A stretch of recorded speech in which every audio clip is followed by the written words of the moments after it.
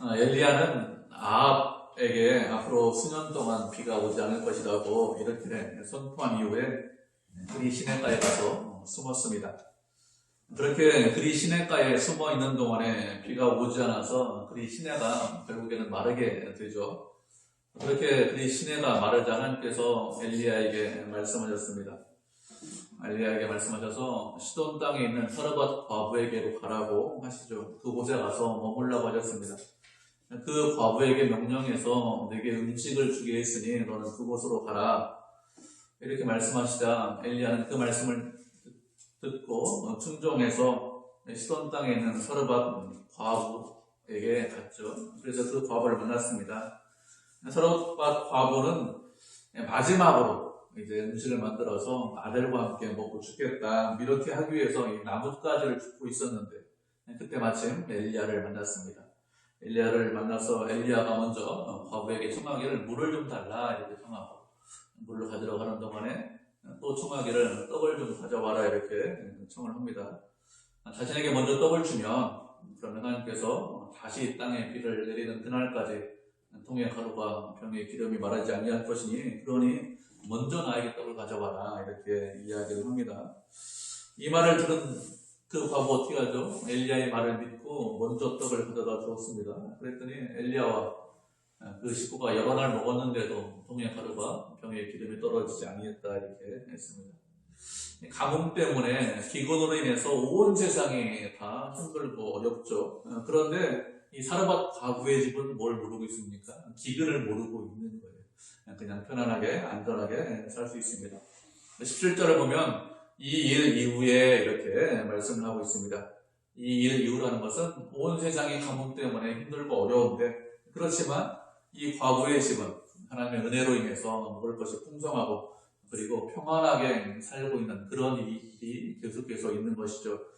그렇게 과부와 그 아들과 그리고 그 선지자가 평안하게 살고 있었는데 그런 중에 어떤 일이 있었는가 하면 그 과부의 아들이 병이 들어서 죽게 되었습니다. 그래서 미중했는데 숨이 끊어졌다 이렇게 말씀을 하고 있죠. 아들이 뭐 어떤 병이 들었는지 얼마 동안 병이 들었는지 병 치료를 위해서 무엇을 했는지 뭐 그 아들의 나이가 몇 살인지 이런 것들은 뭐 구체적으로 다 말씀하고 있지 않습니다. 그래서 잘 몰라요. 성경에서 말씀하고 있지 않기 때문에. 그렇지만 분명한 것은 무엇이냐면 그 아들이 병들어서 죽었다. 이건 확실하게 우리가 알 수 있습니다. 그 아들이 병들어서 죽었는데 이 과부가 무엇이라고 합니까? 18절을 보면 이 여인이 엘리야에게 말하기를 하나님의 사람이여 당신이 나와 더불어 무슨 상관이 있습니까? 나와 더불어 아무런 상관이 없는데 내 죄를 생각나게 하고 또 내 아들을 죽게 하려고 내게 오셨습니까? 이렇게 이야기를 합니다. 과부의 하나밖에 없는 아들입니다. 그 과부가 평소에 무슨 소망을 가지고 살았을까요? 평소의 소망은 뭐 그 아들 바라보면서 사는 것이 평소의 소망이겠죠. 아들 잘 되기를 하고 정상적으로 좀 잘 크고 창활했으면 좋겠다. 이런 마음이 그 안에 늘 가지고 있었을 것입니다. 그렇게 늘 소중하게 아주 귀하게 생각하는 그런 아들이고 하나밖에 없는 아들입니다. 그 아들이 죽었습니다. 그럼 어떻게 될까요? 아주 귀한 아들인데 둘도 없는 아들인데 그런데 그 아들이 죽으면 보통 어떻게 합니까? 자식이 어떤 사고나 어떤 질병 때문에 죽으면 그러면 그 부모는 너무 슬퍼하죠. 그래서 슬퍼해서 어떻게 하지 못합니다. 보통은 내가 모든 것을 다 잃어버렸다 이렇게 생각합니다. 사랑하는 자녀가 죽었기 때문에. 그래서 부모가 정말로 가슴 아파하고 슬퍼하고 시간이 지나도 그 아픈 가슴을 잘 잊지를 못합니다. 아픈 기억을 늘 가지고 있습니다. 사랑하는 사람을 먼저 보내면 언제나 그런 마음이 늘 있는 거죠. 그 마음이 찢어지고 그 마음이 애통하는 마음이 있는 것입니다. 이 과부도 가장 소중하게 생각하는 정말 사랑하는 그 아들이 죽었기 때문에 늘 마음이 아프고 그리고 애통하는 그런 마음이 있었습니다.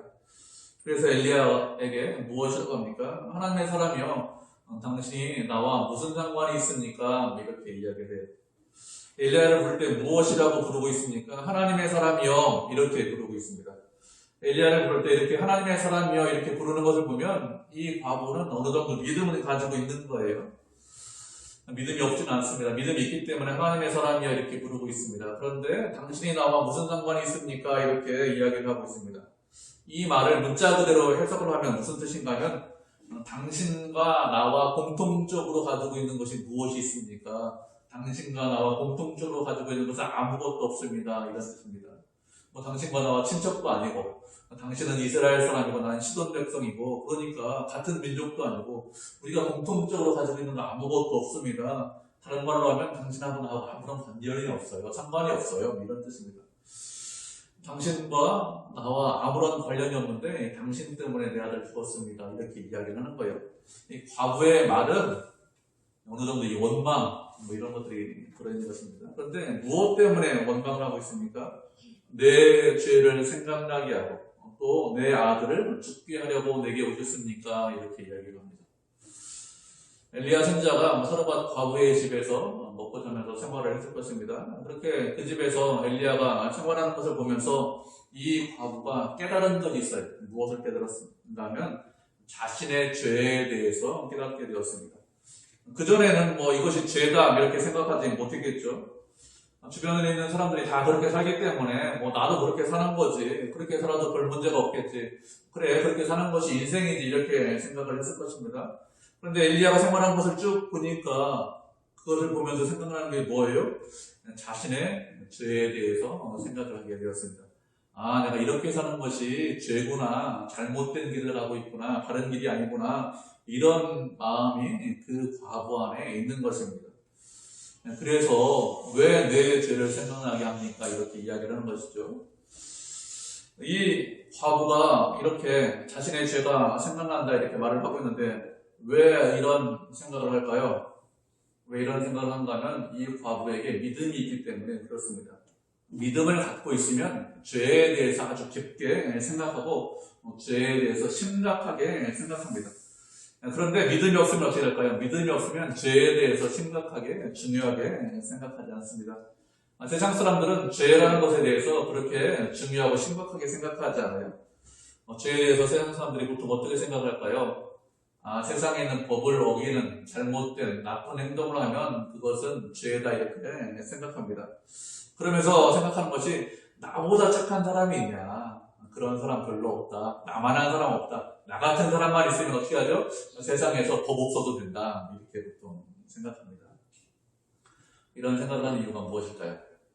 주변 사람들한테 이런 말 들어보셨을 것입니다. 왜 그런가 하면 죄가 무엇인지 알지 못하기 때문에 그렇습니다. 그리고 자신이 죄인이다 이런 생각이 전혀 없기 때문에 나 같은 사람 없다. 나는 법 없이도 산다. 이런 이야기를 하는 것입니다. 우리 말씀을 한 구절 살펴보도록 하겠습니다. 로마서 7장 21절부터 23절까지 말씀 살펴보도록 하죠. 로마서 7장 21절부터 23절입니다.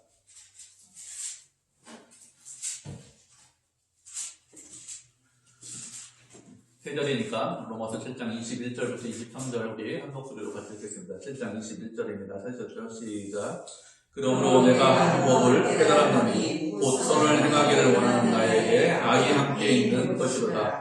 내 속사람은 하나님의 법을 즐거워하되 내 지체 속에서 한 다른 법이 내 마음의 법과 싸워 내 지체 속에 있는 죄의 법으로 나를 사로잡는 것을 부른도다. 아멘. 사도 바울이 자기 자신이 어떤지 자기 자신에 대해서 고백을 하고 있는 내용입니다. 내가 바울 자신이 한 법을 깨달았다 이렇게 말씀하고 있습니다. 그 법이 무엇인가 하면 선을 행하기를 원하는 나에게 악이 함께 있다는 그것을 깨닫게 되었습니다.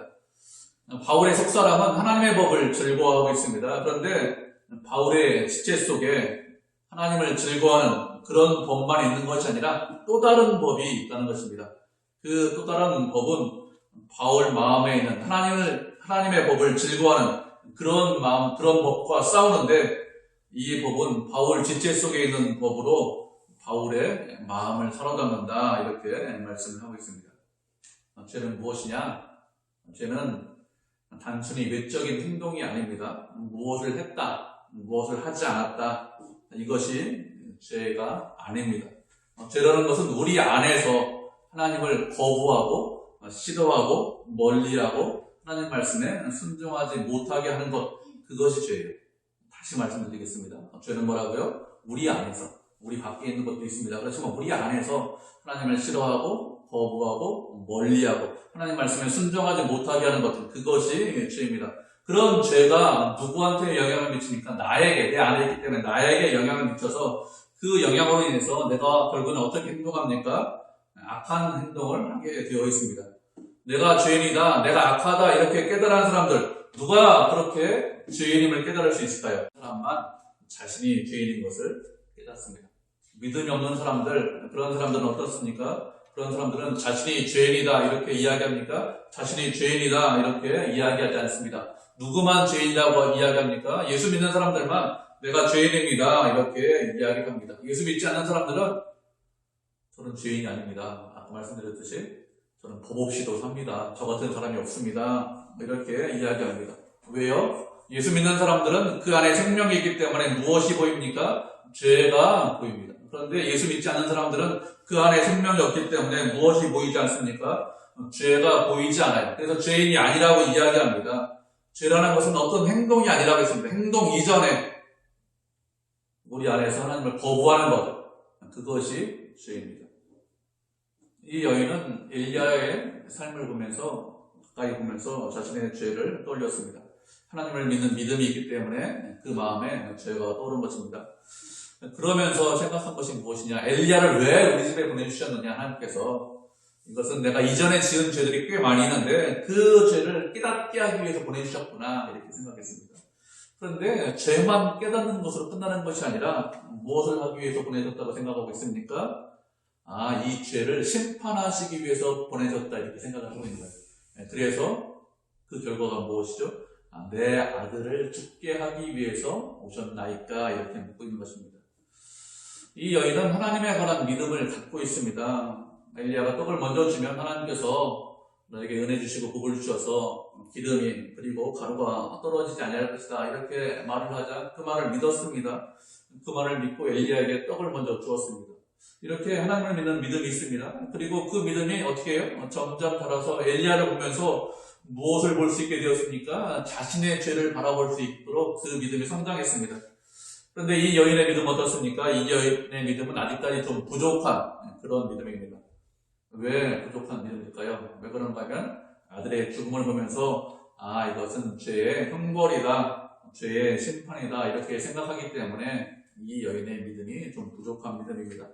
하나님에 대해서 어떻게 생각하고 있다는 거예요? 죄를 지면 반드시 심판만 하시는 그런 하나님으로 믿고 있다 이런 뜻입니다. 이 여인은 부족한 믿음을 가지고 있는 거예요.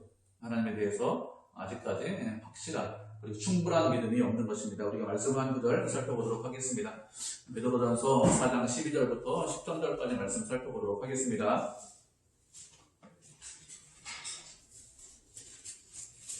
베드로전서 4장 12절 13절 신약성경 381페이지네. 베드로전서 4장 12절 13절 하셨죠? 두 절이니까 우리가 한 목소리로 같이 읽겠습니다. 시작. 사랑하는 자들아 너희를 연단하려고 오는 불시험을 이상한 일을 당하는 것 같이 이상히 여기지 말고 오히려 너희가 그리스도의 고난에 참여하는 것으로 즐거워라. 이는 그의 영광을 나타내실 때 너희로 즐거워하고 기뻐하게 하려 함이라. 아멘. 이 말씀은 베드로 사도가 사랑하는 성도들에게, 사랑하는 자들에게 권면하는 그런 말씀이죠. 사랑하는 자들아 너희를 연단하려고 오는 불시험을 이상한 일 당하는 것처럼 이상하게 생각하지 말라 이렇게 말씀을 하고 있죠.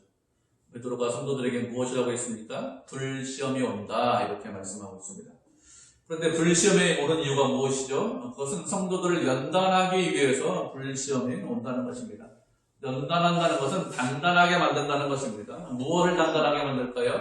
우리의 믿음을 단단하게 만든다. 우리가 하나님을 사랑하는 마음, 그 마음을 단단하게 만든다. 이런 뜻입니다.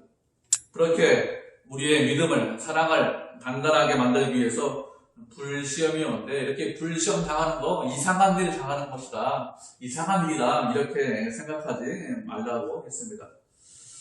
베드로 사도가 이렇게 말하는 이유가 무엇인가 하면 이상한 일, 불시험이 오면 그러면 이거 이상한 일인데 왜 이런 일을 당할까? 사람들이 이렇게 생각하기 때문에 그렇습니다. 우리들의 일반적인 생각, 무슨 생각합니까? 예수님을 믿었기 때문에 시험이 없고 혼란이 없고 고난이 없었으면 좋겠다. 편안하고 행복하게 살았으면 좋겠다. 이것이 우리의 일반적인 생각입니다. 그런데 그렇지 않다고 했어요. 시험이 온다고 했습니다. 그것도 그냥 시험이 오는 것이 아니라 어떤 시험이 온다고 했습니까? 불시험이 온다고 했습니다. 불시험, 어떤 시험일까요? 견디기 힘든 시험입니다. 이기기 힘든 그런 시험이 불시험이에요. 예수님께서 우리에게 말씀하시기를 예수님을 믿으면, 당신을 믿으면 세상에서 아무런 고난도 없고 어려움도 없고 힘든 것도 당하지 않는다. 이렇게 말씀하셨습니까? 그렇게 말씀하신 적이 없습니다. 예수님을 믿었기 때문에 반드시 고난과 어려움과 핍박이 따른다. 이렇게 말씀하셨습니다. 세상이 어떻게 했죠? 예수님을 핍박했습니다. 박해했습니다. 예수님을 십자가에 못 박았습니다. 그런 세상에 예수님을 따르는 우리를 그냥 둘까요? 그렇지 않습니다. 예수님을 따르기 때문에 우리에게도 고난이 있고 어려움이 있고 시험이 있고 유혹이 있다고 했습니다. 그런데 그런 고난과 어려움과 시험과 유혹이 이상한 일이 아니라 왜 있습니까? 예수님을 믿기 때문에 반드시 있다는 것입니다. 왜 하나님께서 이런 시험과 유혹과 이런 것들을 허락하실까요? 우리를 연단하기 위해서, 우리를 강한 사람으로 만들기 위해서 이런 불시험을 허락하신 것입니다.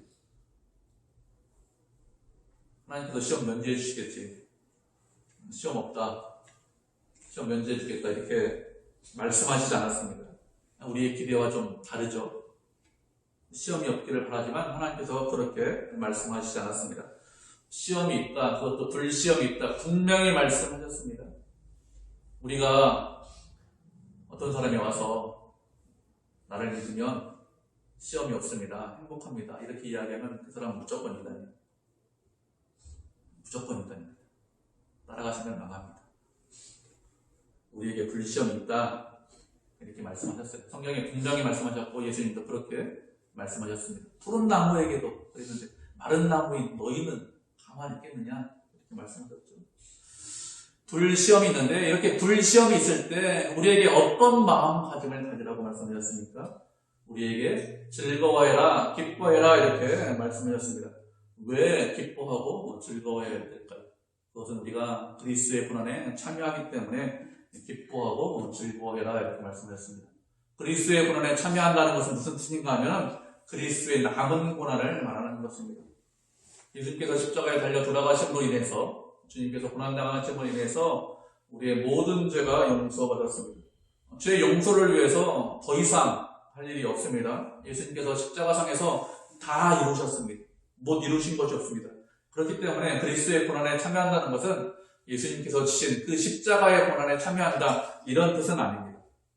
그리스도의 고난에 참여한다는 것은 그리스도의 남은 고난이 있는데 그 남은 고난에 참여한다 이렇게 말을 하는 것입니다. 바울이 예수님을 믿기 전에 어떻게 하죠? 성도들을 핍박합니다. 교회를 박해하기 위해서 다메섹으로 가는 도중에 그때 예수님께서 그를 만나 주십니다. 예수님께서 그를 만나서 무엇이라고 말씀하십니까? 바울 어찌하여 내가 나를 핍박하느냐 박해하느냐 이렇게 말씀하셨습니다.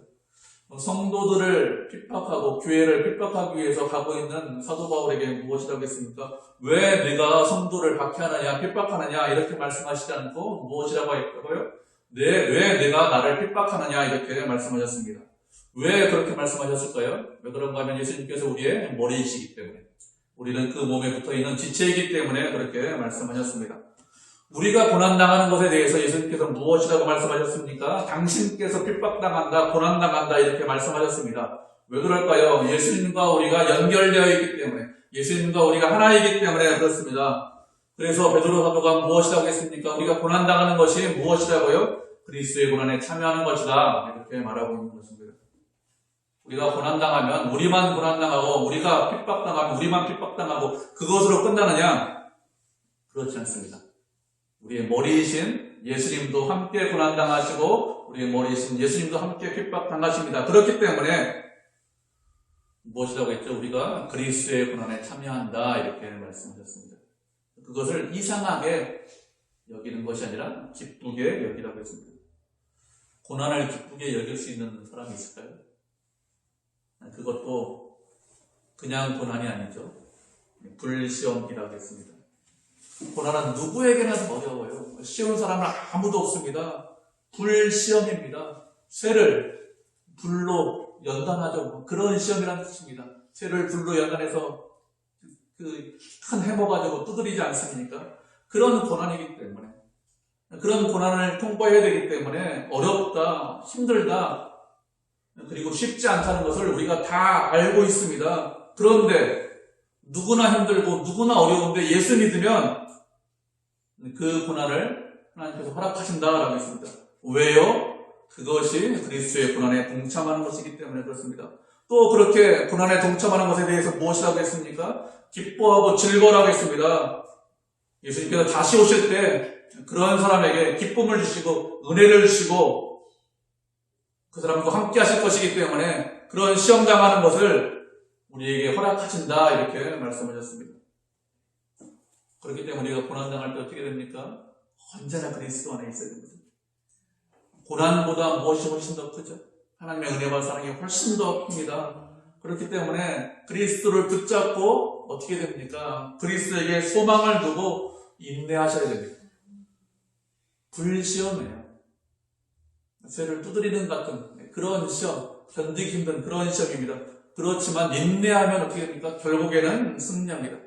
예수님께서 다시 오실 때 우리도 기뻐하고 즐거워할 수 있습니다. 왜 그렇습니까? 그리스도의 고난에 동참했기 때문에 예수님만 우리를 위해서 고난 받으신 것이 아니라 우리도 그리스도의 남은 고난에 동참했기 때문에 기뻐할 수 있기 때문에 그것 때문에 기뻐하고 즐거워해라 우리에게 말씀하셨습니다. 이 여인은 부족한 믿음을 가지고 있었습니다. 하나님은 심판만 하시는 분이다. 이런 믿음만 가지고 있었습니다. 그러자 이 엘리야가 어떻게 하죠? 이 과부에게 아이를 달라고 합니다. 그리고 자신이 거처하는 다락방으로 그 아이를 가지고 데리고 올라가서 아이를 침상에 누였습니다. 그리고 하나님께 부르짖어 기도했습니다. 부르짖어 기도한다는 것은 아주 간절하게 기도한다는 것이죠. 아주 간절한 마음으로 기도하는데 무엇이라고 기도합니까? 내 하나님 여호와여, 또 내가 우고한 집 과부에게 재앙을 내려서 그 아들을 죽게 하셨나이까 이렇게 기도합니다. 엘리야가 하나님을 부를 때 무엇이라고 기도합니까? 무엇이라고 부르고 있습니까? 내 하나님 여호와여 이렇게 부르고 있습니다. 왜 내 하나님 여호와여 이렇게 부르고 있을까요? 하나님과 아주 친밀하기 때문에, 하나님과 아주 가까운 관계이기 때문에 내 하나님, 다른 사람이 하나님이 아니라 내 하나님 여호와여 이렇게 부르고 있는 거죠. 하나님과 가까이 하지 않으면 이렇게 감히 부르지 못하겠죠. 특별한 관계이고 친밀한 관계이고 아주 가까운 관계이기 때문에 내 하나님 여호와여 이렇게 부르고 있는 거죠. 이렇게 부른 이유에 무엇이라고 합니까? 또 내가 구하는 집 과부에게 재앙을 내리사 그 아들을 죽게 하셨나이까 이렇게 기도하고 있습니다. 또라는 말을 하고 있습니다. 또라는 말을 했기 때문에 재앙이 이전에 있었는데 또 있었다 이렇게 생각할 수 있죠. 그런데 정확하게 어떤 재앙인지 우리가 알지 못합니다. 다른 재앙이 있었는지. 우리가 그냥 추정할 수 있는 것은 가뭄 때문에 이 집에 있는 과부하고 아들이 굶어 죽게 생겼는 것이 재앙이고 그런 재앙에서 면하게 해주셨는데 또 아들이 죽는 그런 재앙이 일어났기 때문에 또 재앙을 내리셨다 이렇게 말씀을 하는 것 같아요. 이렇게 기도하고 있는데 기도를 잘 들어보시면 하나님께서 아들을 죽게 하셨으니까 이렇게 원망하는 듯한 그런 뉘앙스로 기도한다 이렇게 생각이 들 겁니다. 그런데 엘리야가 이런 기도를 하는 것은 원망하면서 기도하는 것은 아닙니다. 엘리야는 과부의 집에 재앙이 있어서 이 아들이 죽게 되었습니다. 하나님께서도 이것을 알고 계시지요? 이런 뜻으로 기도하고 있는 것입니다. 하나님께서 허락하셨기 때문에 하나님의 섭리 안에 있기 때문에 이 아들이 죽었다 이런 뜻입니다. 이렇게 아들이 죽은 것을 하나님께서 알고 계시죠? 이렇게 기도하고 그 아이 위에서 몸을 3번 펴고 부르짖으면서 또 기도하고 있습니다. 무엇이라고 기도하죠? 내 하나님 여호와여 이 아이의 혼으로 그의 몸에 들어오게 하옵소서 이렇게 기도했습니다. 무슨 뜻일까요? 잘 아는 대로 이 아이 죽었는데 다시 살려주시옵소서 이렇게 기도하고 있는 것입니다. 과부의 하나뿐인 아들 아닙니까? 다시 살려주십시오 이렇게 기도하고 있는 거죠. 우리가 말씀 한 구절 살펴보도록 하겠습니다. 데살로니가전서 4장 13절로 18절 말씀 살펴보도록 하죠. 데살로니가전서 4장 13절로 18절 말씀 신약성경 331페이지인데 한 절씩 보도록 하겠습니다. 데살로니가전서 4장 13절로 18절입니다. 4장 13절 제가 먼저 읽도록 하겠습니다. 형제들아, 자는 자들에 관하여는 너희가 알지 못함을 우리가 원하지 아니하노니 이는 소망 없는 다른 이와 같이 슬퍼하지 않게 하려 함이라. 우리가 예수께서 죽으셨다가 다시 살아나심을 믿을 때 이와 같이 예수 안에서 산뜻으로 하나님과 함께 데리고 오시리라. 우리가 주의 말씀으로 너희에게 이것을 말하노니 주께서 강림하실 때까지 우리 살아남아있는 자도 자는 자보다 결코 앞서지 못하리라. 주께서 우리와 전선의 소리와 하나님의 나팔 소리로 신이 하늘로부터 강림하시니 그리스도 안에서 주자들에게 먼저 일어나고 그 후에 우리 살아남은 자들도 그들과 함께 구름 속으로 끌어올려 공중에서 주를 영접하게 하시리니 그리하여 우리가 항상 주와 함께 있으리라. 그러므로 이러한 말로 서로 위로하라. 아멘. 사도 바울이 데살로니가 성도들을 위로하면서 하는 말입니다. 형제들아, 자는 자들에 관해서는 너희가 알지 못함을 우리가 원하지 않는다, 이렇게 말씀을 하고 있습니다. 자는 자들은 누구를 말하는가 하면 죽은 자들을 말합니다. 성경에서 죽은 자들에 대해서는 잔다, 이렇게 표현을 하고 있습니다. 이렇게 자는 자들에 대해서 알기를 원한다고 했는데 왜 그런가 하면 이 세상에 있는 사람들과 같이 소망 없이 슬퍼하지 않게 하기 위해서 이렇게 한다고 했습니다. 알기를 원한다고 했습니다. 세상 사람들은 무엇이라고 생각하죠? 죽으면 끝이다, 이렇게 생각합니다. 죽으면 더 이상 소망이 없다, 아무런 남아있는 것이 없다, 끝이다, 이렇게 생각하고 슬퍼합니다. 우리도 주변에 있는 사람들이 죽으면 슬퍼합니다. 그렇지만 우리의 슬픔은 세상 사람들의 슬픔과 다른 슬픔이죠. 세상 사람들은 전혀 소망이 없다, 아무런 소망이 없다, 이렇게 그런 이유 때문에 슬퍼합니다. 그런데 우리는 그런 세상 사람들과 같이 소망이 없는 그런 슬픔이 아닙니다. 우리는 슬프지만 우리에게는 반드시 소망이 있습니다. 어떤 소망이 있죠? 예수님께서 다시 오실 때 예수님 안에서 죽은 자들, 그 죽은 자들을 다시 예수님께서 함께 데리고 오신다는 그런 소망이 있다는 것입니다. 세상 사람들의 말대로 죽으면 끝난다, 이것이 아닙니다. 세상의 문화고 세상의 생각이에요. 죽음 이후에 다른 세상이 있습니다. 주님이 오실 때 믿는 성도들 다시 데리고 오십니다. 죽었지만, 자고 있지만 자다 깨는 것처럼 모든 우리 믿는 성도들이 부활할 것입니다. 죽었기 때문에 더 이상 우리가 그들을 만나지 못하잖아요. 그렇지만, 그래서 슬프지만 영원히 슬퍼하지 않아요. 왜요? 우리는 그리스도 안에 있으면 다시 만날 그날이기 때문에, 그런 소망이 있기 때문에 영원히 슬퍼하지 않습니다. 주님께서 다시 오시면 누구가 먼저 일어난다고요? 죽은 자들이 먼저 일어난다고 했습니다. 죽은 자들이 먼저 일어나서 공중에 먼저 올라가요. 먼저 올라가서 주님을 먼저 뵈려고 하죠. 땅에 있는 사람들은 어떻게 합니까? 죽은 자들이 올라간 이후에 살아있는 자들이 올라가서 우리가 항상 주님과 함께 있는다, 영원히 주님과 함께 있는다, 이렇게 말씀하고 있습니다. 이런 말로 이루어가고 있어요. 살아있는 자보다 죽은 자들이 먼저 올라간다, 영원하지 않다, 그 죽음이. 우리는 주변에 있는 사람들이 죽죠. 그런데 그 사람을 다시 살려달라고 기도하지 않습니다. 엘리야는 그 아이를 다시 살려달라고 기도했는데 우리는 그렇게 하잖아요. 왜 죽은 사람을 다시 살려달라고 기도하지 않을까요? 우리는 다시 만날 수 있다는 그런 소망이 있기 때문에 그렇습니다. 우리의 소망은 이 땅에서 영원히 사는 것, 그것이 우리의 소망이 아니죠. 우리의 소망은 땅이 아니라 하늘에 소망이 있습니다. 우리가 죽으면 우리의 영혼은 어떻게 되죠? 우리의 영혼은 즉시 낙원으로 가서 주님과 함께 합니다. 우리의 육체는 어떻게 합니까? 흙에서 왔기 때문에 흙으로 돌아갑니다. 그리고 부활할 때 어떻게 되죠? 예수님께서 우리를 다시 일으키시는데 지금 우리의 몸으로 부활하는 것이 아니라 부활체를 가지고 부활하게 되어 있습니다. 예수님께서 부활체를 입으셨는데 그런 몸을 우리도 입을 것입니다. 지금 육체와 비교할 수 없죠. 지금 육체는 아프고 병들고 그리고 완전하지 못하지만 부활체는 그렇지 않습니다. 지금의 우리와 전혀 비교할 수 없는 그런 부활의 몸을 가집니다. 그래서 우리는 이 땅에 소망을 두는 것이 아니라 죽은 사람을 다시 살려달라고 기도하지 않습니다. 영원히 주님과 함께하고 주님과 함께하는 것이 우리의 기쁨이고 우리의 소망이기 때문에 그렇습니다. 그런데 이제는 어떻게 하죠? 이 죽은 아이를 살려달라고 기도했습니다. 왜 이렇게 기도했을까요? 엘리야가 이런 기도를 하는 것은 이 과부의 신앙이 연약하기 때문에 그렇습니다. 이 과부는 하나님을 믿는 믿음을 가지고 있습니다. 그런데 어떤 믿음을 가지고 있죠? 죄와 악에 대해서 심판하시고 벌을 내리시는 그런 하나님만 알고 있고 믿고 있는 것입니다. 하나님의 은혜, 하나님의 사랑 이런 것에 대해서는 아직까지 모르고 있어요. 그렇기 때문에 이 과부의 믿음을 성장시키고 이 과부가 하나님에 대해서 바르게 알게 하기 위해서 그래서 무엇이 필요한 것이죠? 아이가 다시 살아나는 것이 필요한 것입니다. 그래야 이 과부가 믿음에서 떨어져 나가지 않죠. 그렇지 않고 아들을 다시 살리지 못하면 어떻게 될까요? 믿음에서 떨어져 나가겠죠. 하나님에 대해서 원망하고 불평할 것입니다. 그래서 엘리야가 어떻게 하고 있습니까?